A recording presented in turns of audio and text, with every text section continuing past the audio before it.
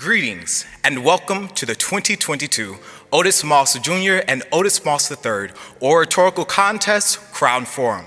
My name is Keith Asbury, and I am the program coordinator of the Howard Thurman Honors Program. It is with great excitement that I invite you to hear the deep ponderings and ruminations expressed through the gift of oration of these our Morehouse students. Today, to set the atmosphere, we will have Alexander Walton, who is the 2021 Otis Moss Oratorical Contest winner, to set the atmosphere with an invocation. Greetings, everyone. My name is Alexander Walton, and I am a junior philosophy major, Chinese minor from Raleigh, North Carolina, and I am the winner of the 2021 Otis Moss Jr. and Otis Moss III Oratorical Contest. During this incredible competition, contestants will compete to create a speech in the homiletic pattern that has defined Morehouse men for generations. Before we hear these brilliant speakers, I'd like to ask all who are able and willing to join me in a brief moment of prayer. Brothers and sisters, may these speakers be confident and assured in their manner of speech. May their words grant us a greater understanding of our shared humanity, and might all those who listen behave and respond to all acts of injustice with the greatest ability and talent. Amen. Thank you. Good morning. My name is Leah Creque. I am Professor of English and Associate Provost for Pedagogy and Assessment here at Morehouse College. The annual Otis Moss Jr. and Otis Moss III Oratorical Contest has become a time-honored tradition here at Morehouse that celebrates the iconic oratory of its founder, Otis Moss Jr., class of '56, and his son, Otis Moss III, class of '92. We appreciate the Moss family for their beneficence and continued support of student oratory. Today, we will experience the riveting oratory of Morehouse College students in their delivery of speeches that address the theme, mirror, self-reflection in a colonized world. The prompt challenges them to state what is the true self when swimming against the tide of colonization. We challenge them to consider the iconic works of such thought leaders as Frederick Douglass, W.E.B. Du Bois, James Baldwin, August Wilson, and the preaching of such theologians as Howard Washington Thurman, Gardner C. Taylor, and Dr. Martin Luther King Jr., all who have contemplated this topic. And in the exemplary oratory of Dr. Otis Moss Jr. and Dr. Otis Moss III, we commence this competition. Please begin. Hello. My name is Cameron Nages. I am a freshman urban studies major at Morehouse College, and I am from Atlanta, Georgia. When I look into the mirror, what do I see? I see a catalyst for change, someone who searches for something greater than themselves. Among Black people, I see those who search or strive to find their true self, or more accurately, their more authentic self. What is the true self? The true self is defined by three things: the mind, body, and soul. The soul is burdened by the centuries of slavery, the decades of lynching, and an unfair justice system that targets African Americans to this day. The body is labeled as animals and criminals to become colonized slaves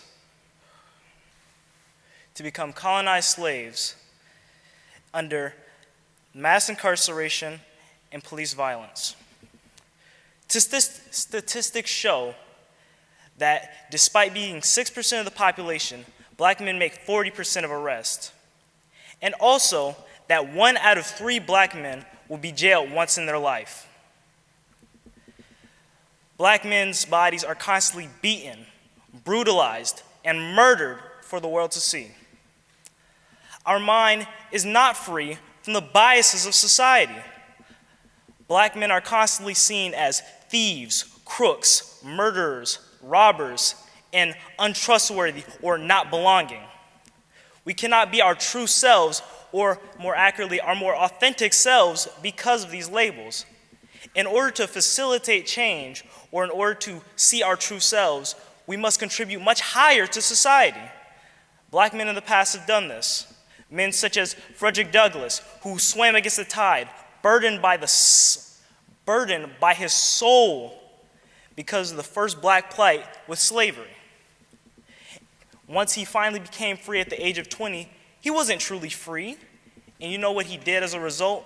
He fought tooth and nail to be free. And in a July 4th speech, he satirically praised the United States for their freedom while chastising them for their ideals of slavery. John Lewis, another man swimming against the tide, burdened by his body, who was beaten and brutalized by police figures. He has been arrested over 24 times within his life, and still, with that even still managed, he managed to become a U.S. congressman and found a black legacy that no one can forget with the National Museum of African American History and Culture. Even modern day figures today swim against the tide. For instance, LeBron James, who freed his mind from the biases of society, whose not just physics-breaking dunks changed him from any other person, but his contributions to black people as a whole.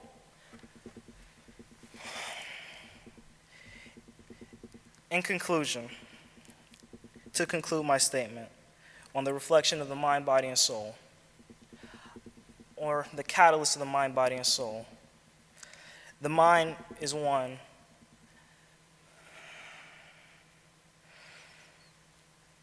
The mind is constantly influenced and changed by things around them. The mind, my mind, for instance, how do my thoughts affect others? How does what I think, or how does my thoughts motivate others more accurately? For my body, how does my appearance, my face, my looks, my actions, my decision-making, how does it change a life? And for my soul, which can be summed up in this quote from Coretta Scott King, in order to save the nation, the soul of the nation, you must become its soul. Thank you. Greetings. My name is Hasani Comer, Jr., communications major with a theater performance minor from Stone Mountain, Georgia, originally Cape Coast, Ghana. I want to speak to all of you this evening. You know when you wake up in the morning and you're just tired, and your mom and your dad or someone's like, wake up, wake up. And you're like, why? I'm going to say, wake up, and I need you all to say why for me. Can we do that? Wake up, wake up. I like that. Wake up, wake up. Success is calling. Wake up, wake up. Hard times I'm calling too. Wake up, wake up. Your best is calling. Wake up, wake up. God is calling you. You to all of you. Now I know I can go on and on, but I'm stalling you. So listen and take notes. And at the end of this, follow through. Colonization. You see, the enemy knows that if you ever get an idea of who you really are and God's purpose, he will never be able to contain you again. Whew. Now wake up, wake up. We've been hitting snooze for too long. I have a dream from Dr. Martin Luther King was the start of a scheme. Wake up, the freedom bells did ring. It's past 2019. 400 years of our blood, sweat, and tears, and we are free. Free, and the only thing against me is we. The only thing against us is we. Now mentally, trapped in captivity, the only thing that's killing me is that we won't wake up. Wake up. Why? This is a mandate to elevate. I have to adjust your focus so your vision won't be blurry. For when we wake, there will be no need to hurry. For patience is key, and the key is not turning. For we have to understand that in order to elevate, first we must stop ourselves and separate. But I told you, it's going to be hard times too. But setting yourself apart is what you have to do. Leading in all areas, service, scholarship, got you. Wake up, wake up! That means don't jump the ship. When you crash hard, you pick your brothers up and you uplift. For service is not just an action, it's a mentality. For, being black in America is already a harsh reality. That's why she grabbed me by the ear and she said, wake up, wake up! Go serve your community and know that you are blessed. For I'd rather be clean and trashed than a machine hooked to my chest. But, some of us rather be serving gas and get green than invest because it's fast and you got people to impress. All the scholarships to pay your college up and you can't even follow up, young black man. Wake up, wake up! I'm going to silence all that laughter, for reality comes and reality's going to come faster. You get yours now so you don't regret after. Scholarship is an opportunity we are granted. Service is what's given to us and not what's handed. And leadership is the trait in our roots that keeps us planted. So when we look in that mirror, we reflect and we see all that keeps us grounded. And we get ourselves and we take a view of our surroundings. Now wake up! Wake up!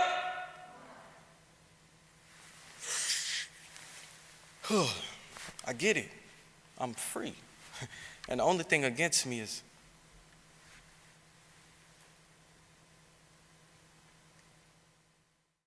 greetings. My name is Jacarius Conley, a freshman religion major from Jackson, Tennessee. Barbaric in nature, ignorant in understanding, and inferior and complex are three phrases that describe the ideology of white colonizers who assumed that Africans needed structure and order to thrive. Since the dawn of the transatlantic slave trade, colonizers viewed Africans as another commodity in worldwide trade. Stripping and robbing us of our culture and identity, Africans were given two choices: assimilate or flee. Fleeing meant that our lives would end like biscuit with a gunshot wound to the back. Assimilating into American culture grants the right to live, but what is good about life without the knowledge of who I am? What is good about life if I cannot answer the question? Jacarius Nkosi Elixar Adjuncu Conley, the first but never the last. Who are you? What is good about life if I have lost my culture and my identity? What is good about life if I cannot answer the question, who are you?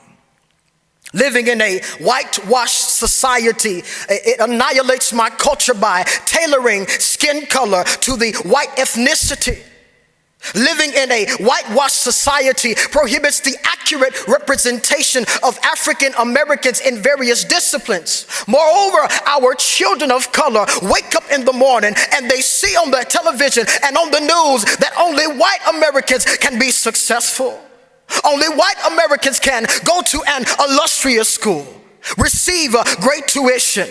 Only white Americans can soar to the heights of America. Who are you? Living in a whitewashed world forces the psyche of the African American to bow down to the hand of white power, leaving us hopeless, and we are helpless.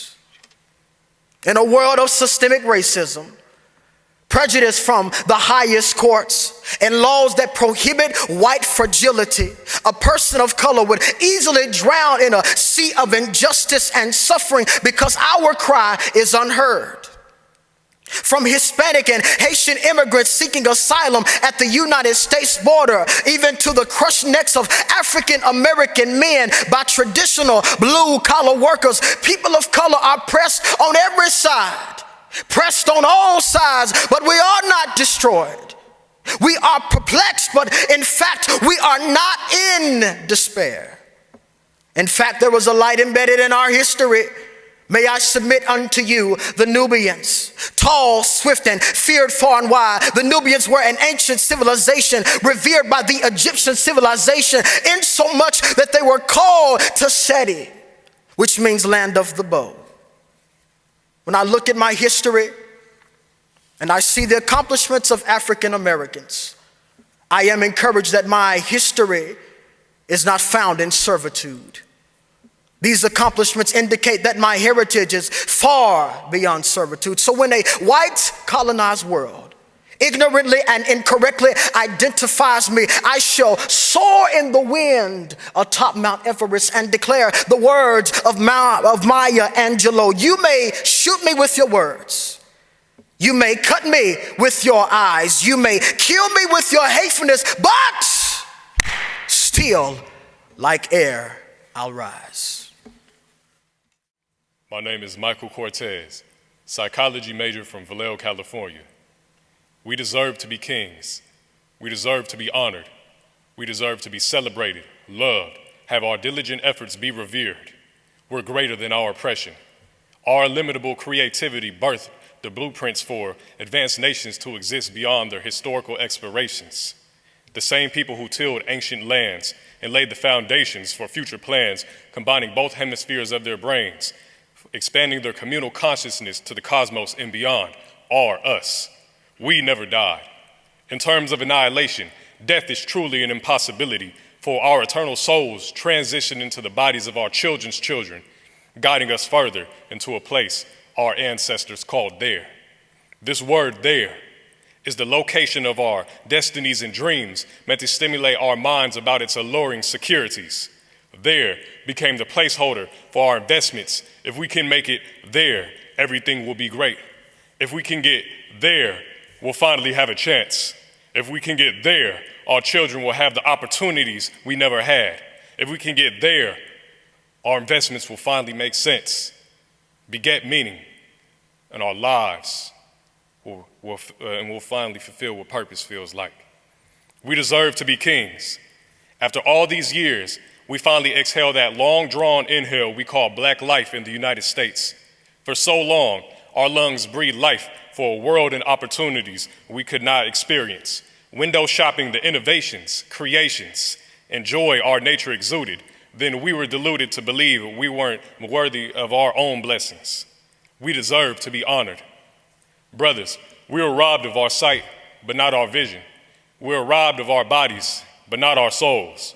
We are robbed of our creations, but not the Creator. We can never be entirely captured. Heed the truth that God's speed always exceeds the devil's odometer.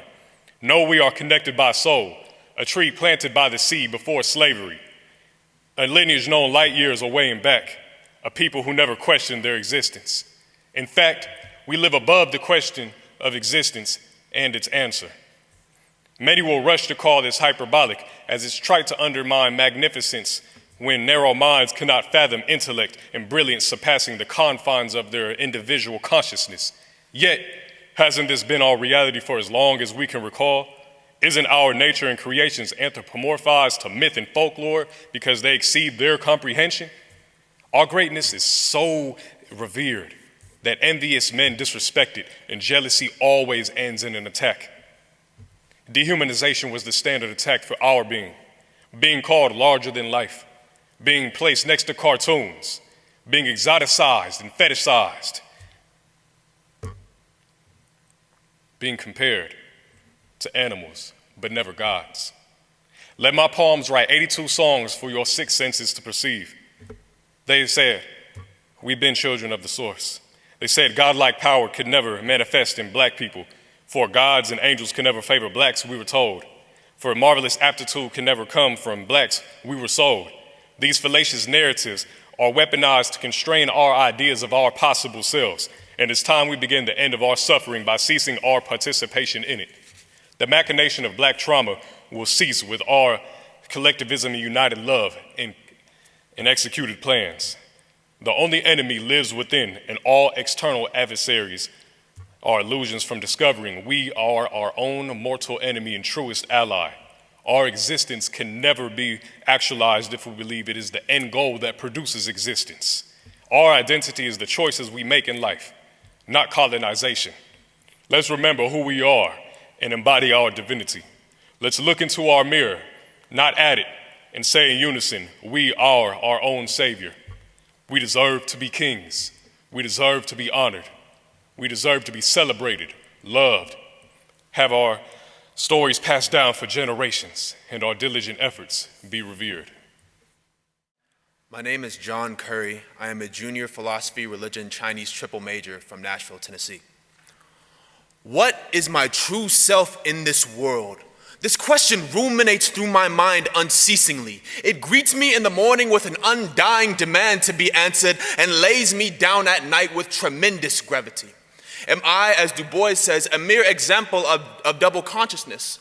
We continuously throw around the term African American when asked about our identity in this postmodern age. Yes, I align myself with the word black, spelled with the capital B. I have experienced a heritage of triumph as when hope unborn had died, yet with a steady beat have not our weary feet come to the place for which our fathers sighed. Perhaps I am one person of a people who love each other, a people who do not know the meaning of the word individualism, but rather embody the word umoja.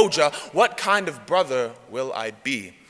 Yet I cannot overlook the other consciousness, American. Are we as black people doomed to the collective condition and conclusion of being tied to this tyranny, mere products of white rage? After all, the identity construct known as race, which we hold so dearly to our hearts, was forced upon us as we were forced onto a boat in a rushing river. This Americanness forces me to look at myself through a lens where I am a blotch, a stain, a mere means to an end that is power, a power that is no longer domestic but extends itself to the international as countries fall into disarray on our accord. Can I be both oppressor and oppressed? Even though one consciousness is irrevocably irreconcilable with the other, it seems I cannot tear myself from the tide of this colonization. What kind of American will I be?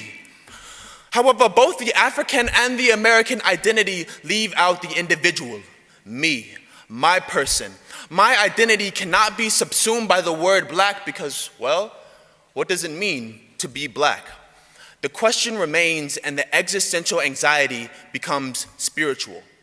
Is my identity simply God's child, as Thurman writes? He says the God of the colonized is on my side by virtue of my identity of being oppressed. After all, Jesus empathizes as he too was a minority in the midst of an oppressed government. However, who is this God that my identity should be within him? It is the God of Frederick Douglass's master who was baptized one day and brutally beat him the very next day? Is it the God whose people burn my brothers in trees then and shoot my sisters in sheets now? What kind of Christian will I be?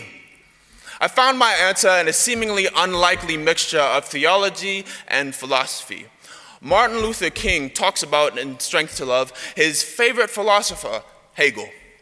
Wilhelm Hegel, the immoral intellect admired by the ingenious egalitarian.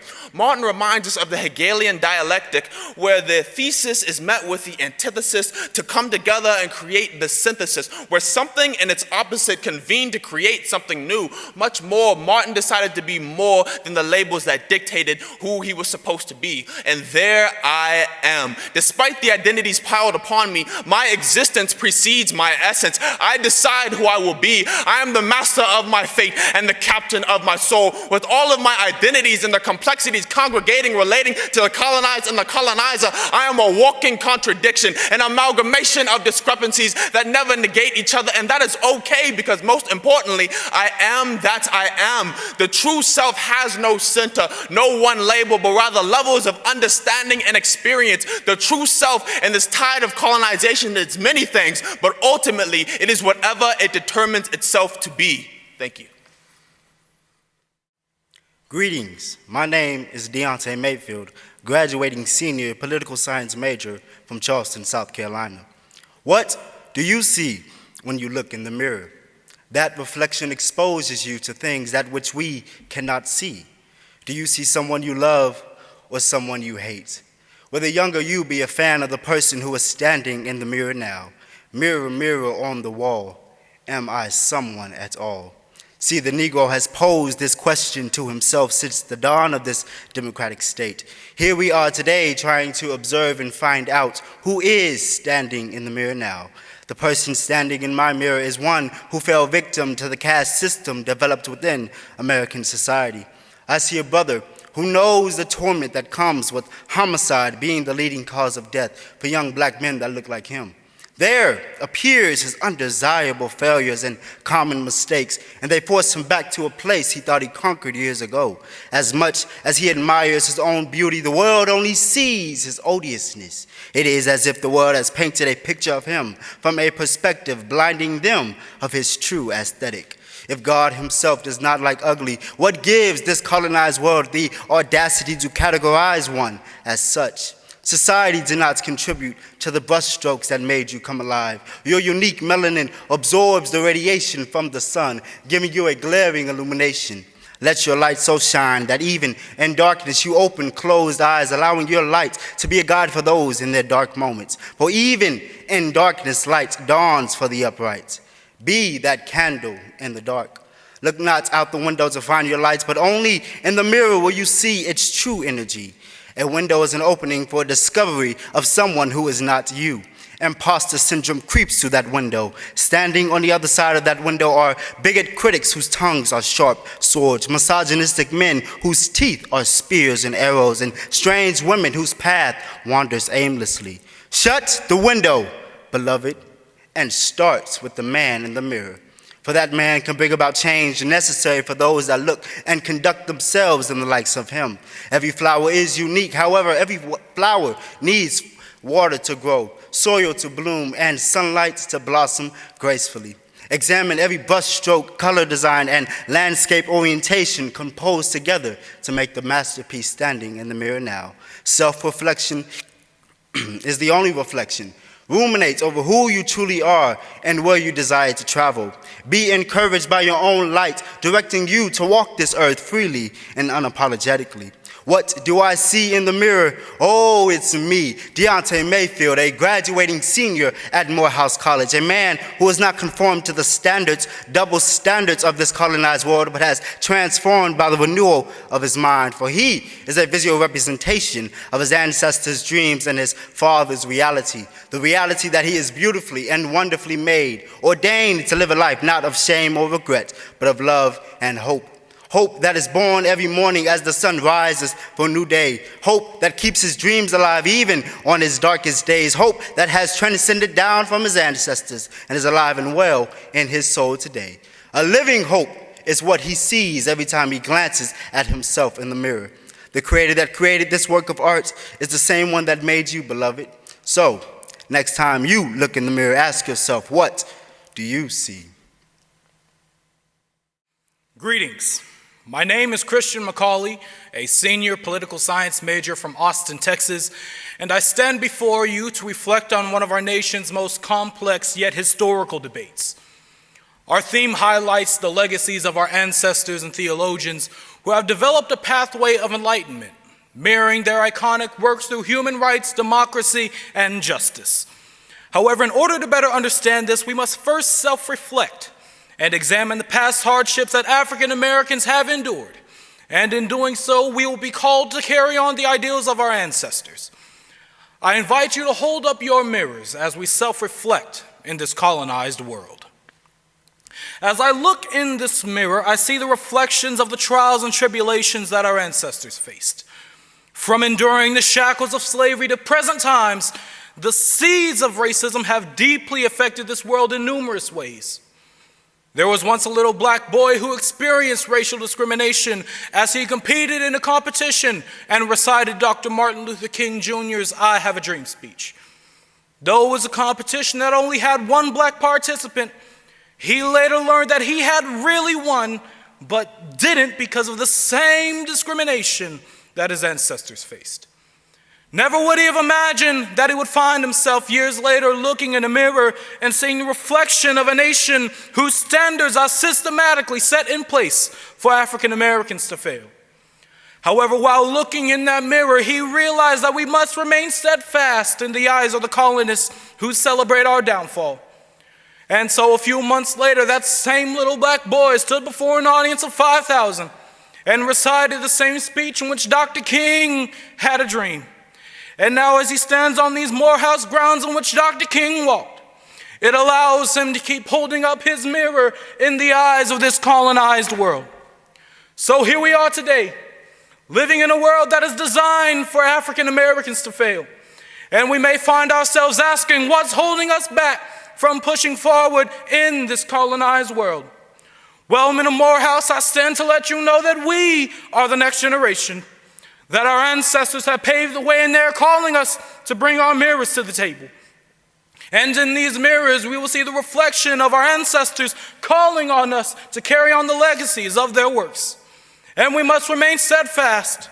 For the book of James chapter 1 verse 23 through 24 says, anyone who listens to the word but does not do what it says is like someone who looks in a mirror and goes away and immediately forgets what he looks like.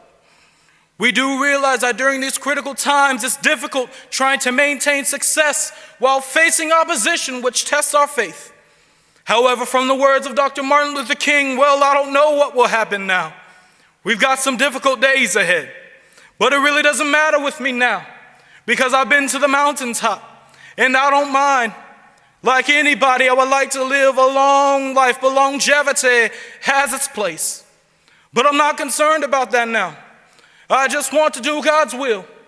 And He's allowed me to go up into the mountain. And I've looked over and I've seen the promised land. I may not get there with you, but I want you to know tonight that we as a people will get to the promised land. And so I'm happy tonight. I'm not worried about anything. I'm not fearing any man. Mine eyes have seen the glory of the coming of the Lord in this place. Hello, my name is Tommy Mesamours.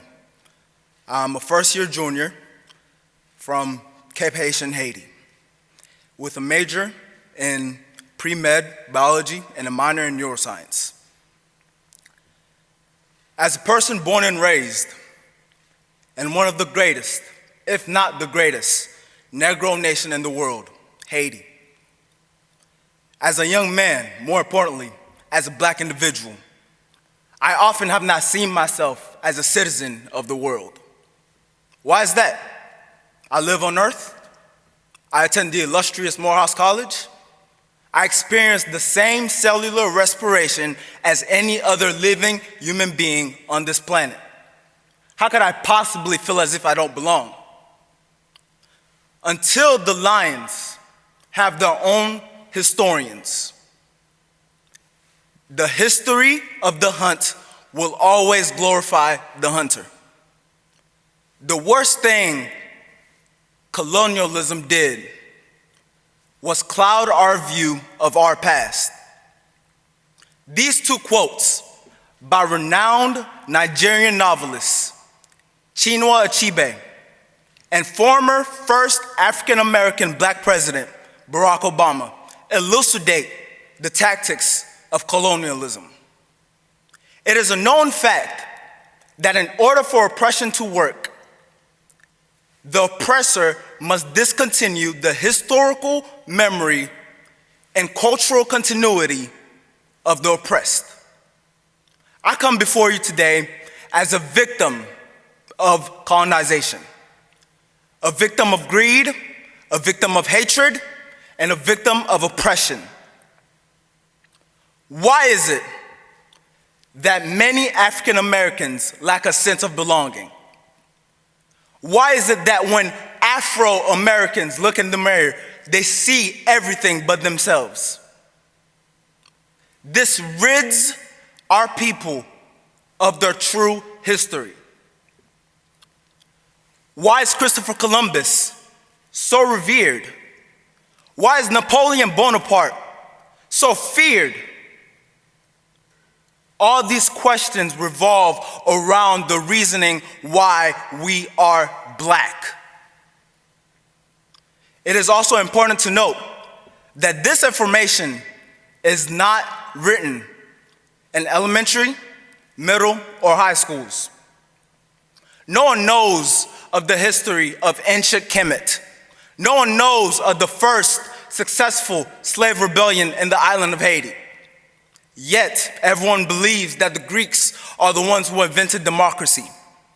The Greeks invented columns. The Greeks invented art. The Greeks invented this and that. But no one remembers where it truly came from: Africa. Presently, I do not see myself as a victim. I also do not see myself as just a citizen of this world.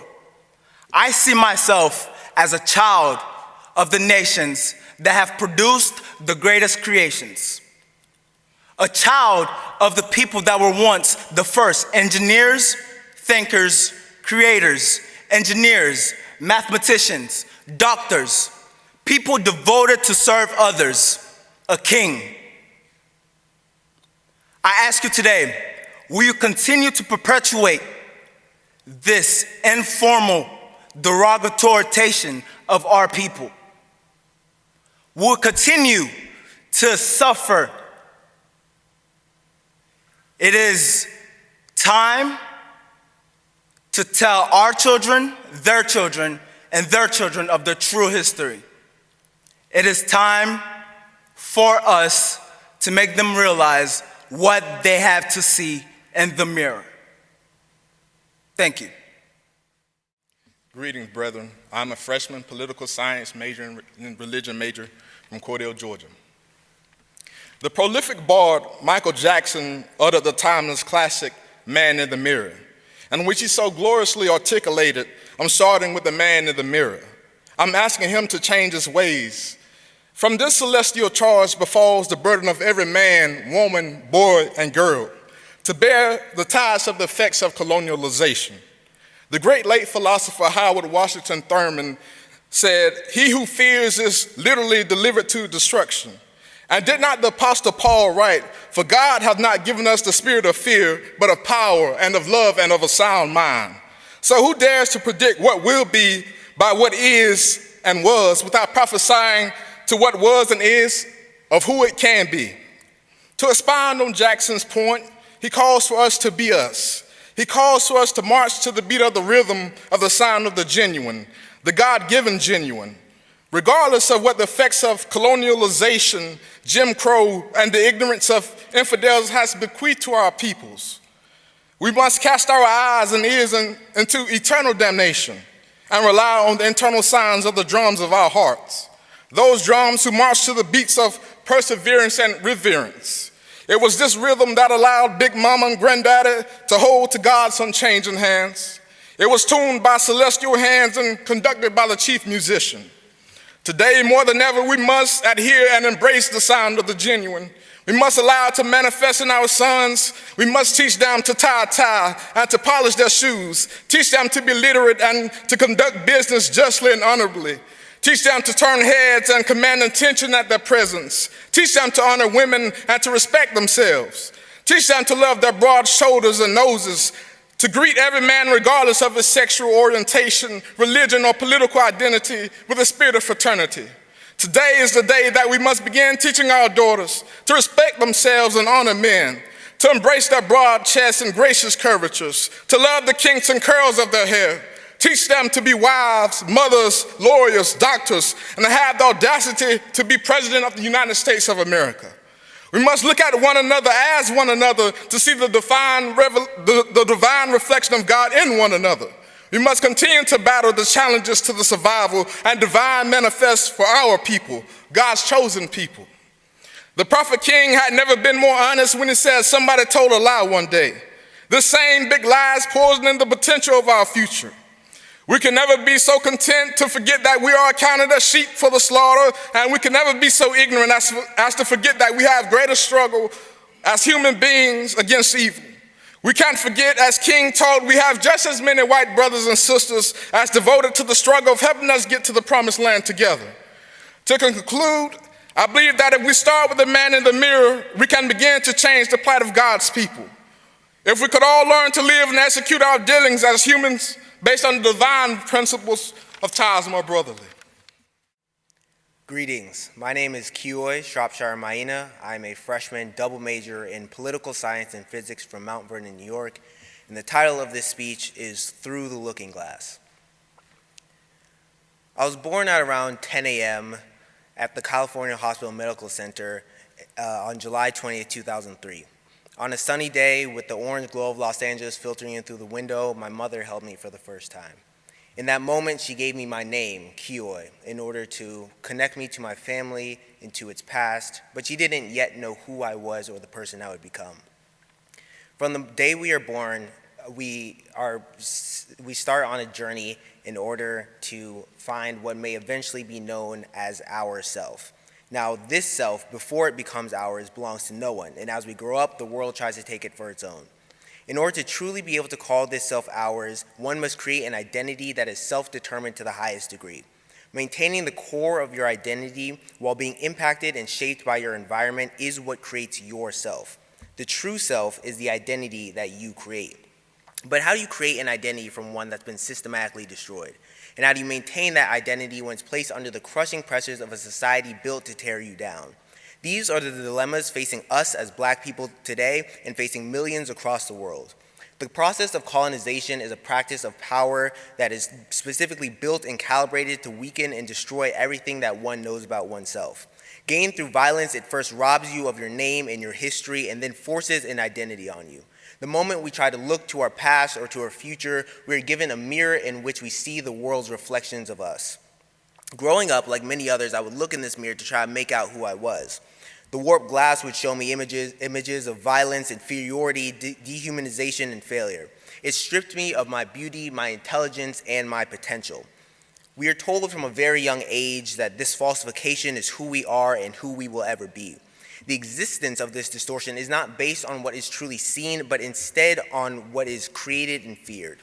It is a caricature made to fabricate nightmares and justify heinous actions. In the United States, Black people every day are subjected to racism, economic disenfranchisement, educational disparities, the school-to-prison pipeline, police brutality, and are purposely placed at the bottom of a socioeconomic racial caste system. We are told that in a sea of possibilities, we are chained to the bottom and will never break the water's surface. The greatness and identity of our people are forced to die for America's sins. If we want to break from this design, we must not let ourselves be hypnotized by faulty images. We must realize ourselves for who we are and not for who other people say we are.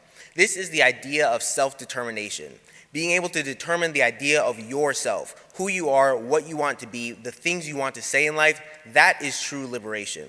Therefore, when we talk about our true self, it is not just a question of our identity, it is also a question of our freedom. We must not look in the world's mirror to find ourselves. There is something beyond that reflection, something greater than what we can see simply standing there. We must push against the frame, against what we are told is the truth.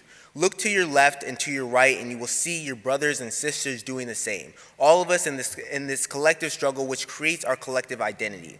Rage against the lies of oppression, push back against false narratives, challenge faulty notions, and shatter all perceptions, and eventually that warped mirror will reach a breaking point and you will fall through the looking glass.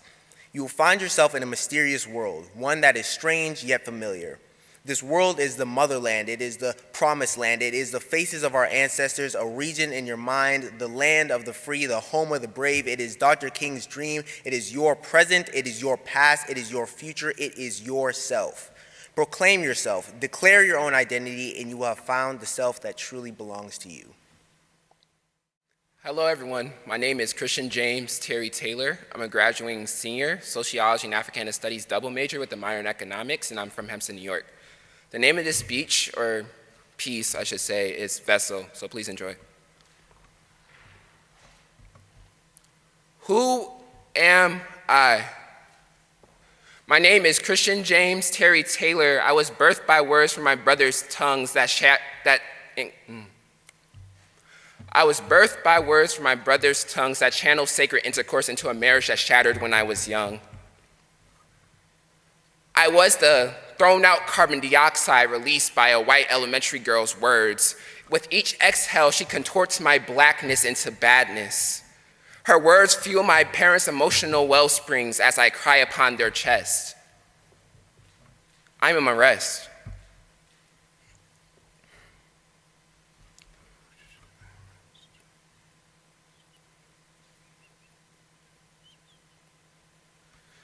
People ridicule me about my pants being ankle length, but no one asks or inquires how much Lutheran school attires cost.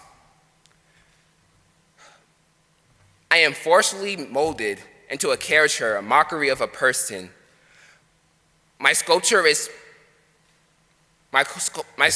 cast in the public lives of public intellect, the classroom, and academia itself.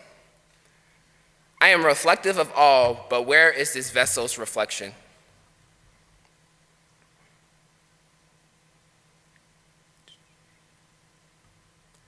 The cost of such a thought exists only in an inequitable world, divorced from unmitigated liberation.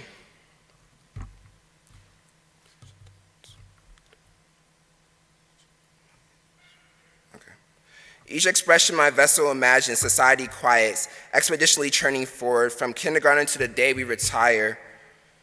We move through the day of life, the play of life with no intermission. What is good about fully getting to know yourself when you're closer to dying and leaving this dimension? The spirit being disremembered from the vessel for capitalistic enterprise is racially induced suicide. Our ancestors did not fight and toil in a lifelong struggle for us to do the same. They became our atlas, showing us the way forward by holding up the world around us. The seats and jail cells they filled, they did not invoke for us to call us to their domain. The voices of Marsha P. Johnson, Pauli Murray, and Bai Rustin did not become sacrificial logs to build a future home, a pleasure for us to work in the house that oppressed us. The voices for us to labor in those they laid the foundation of the effigies in hopes of providing us African refugees the chance to speak our heart's command. However, what happens to those who only know they're black because of whiteness? What happens to those who are black and think of themselves as demons? Some per se say you fall into despair, but I say you're saved by those who love you, scoffed off, cleaned, and brought home, and that is your family.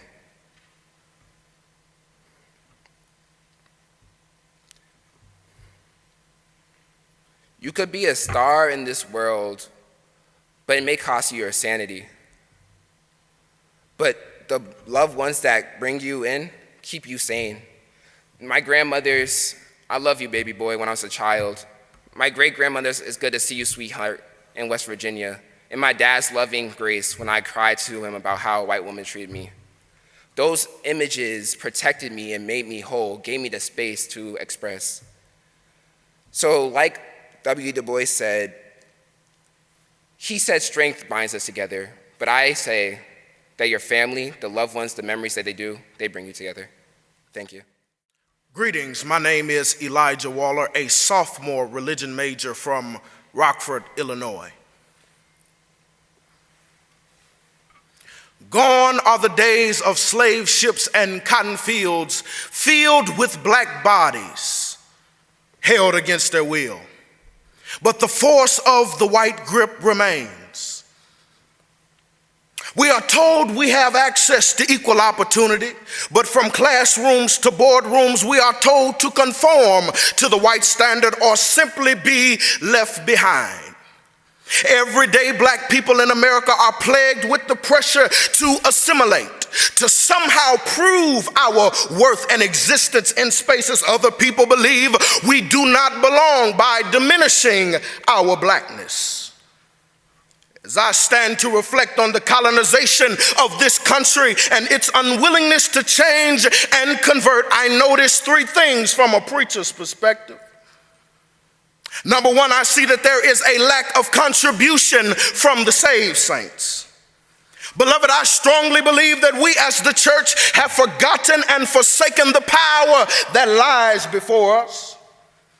I'm reminded of the late Dr. Mack King Carter, who shared something that was personal to him, but yet profound for us. As he was studying philosophy at the University of Florida, a white professor asked with firmness, "What does God look like?" Next day, all of the scholars presented the professor with Eurocentric pictures to portray what they believed God appeared to be. While Dr. Carter laid an interesting and intriguing photo on the professor's desk, it was a picture of Emmett Lewis Till. Dr. Carter said, "This is what God looks like when he dares to offend white folk." And I would argue that at that very moment, Dr. Mack King Carter began to look like God because he simply upheld the oppressed, just as David taught us in the 83rd number of Psalms. And if we carry on with failing to uplift and uphold the oppressed in the face of the enemy, beloved, we are precise in shortcoming the evidence of God's face. And at the hand of our weakness in this area, there lies a continuation in the society system.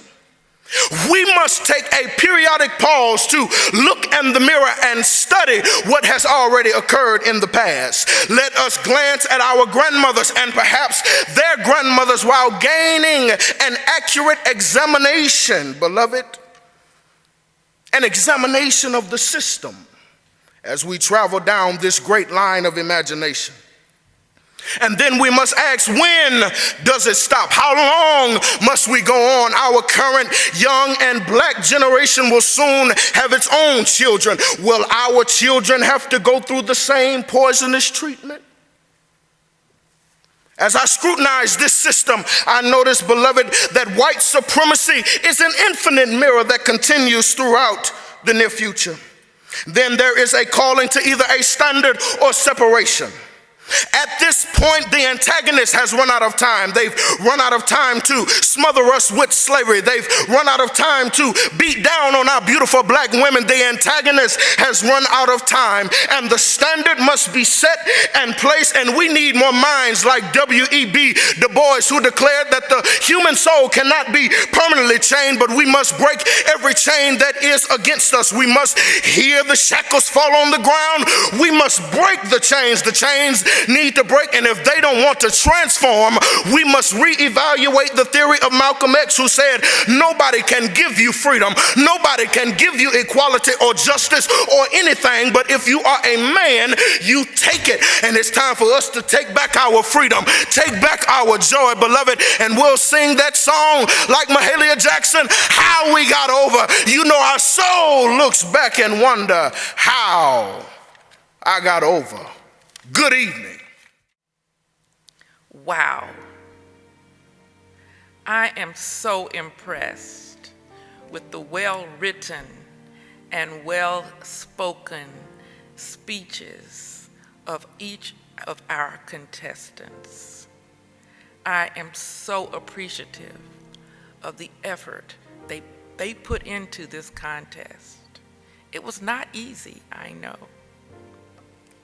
I want you to know that this contest would not be possible were it not for the hard work of our judges. Our judges are chaired by Dr. Alison Ligon, Associate Professor of English, and she has oversight of the judges, who consist of Adrienne Jones, a professor in the Department of Political Science, Minister Quincy Rineheart, our campus minister, and Dr. Nathaniel Norment, professor of English and director of the Black Ink Project. They will retire to their chambers to make these considerations and evaluations, and I do not envy their task. You will find out the results of this contest on Thursday, February 17th at 11 a.m. at the Founders Day Crown Forum, which will be celebrated in person this year, but it will also be recorded. So I thank you for your attendance and for your attention, and Godspeed.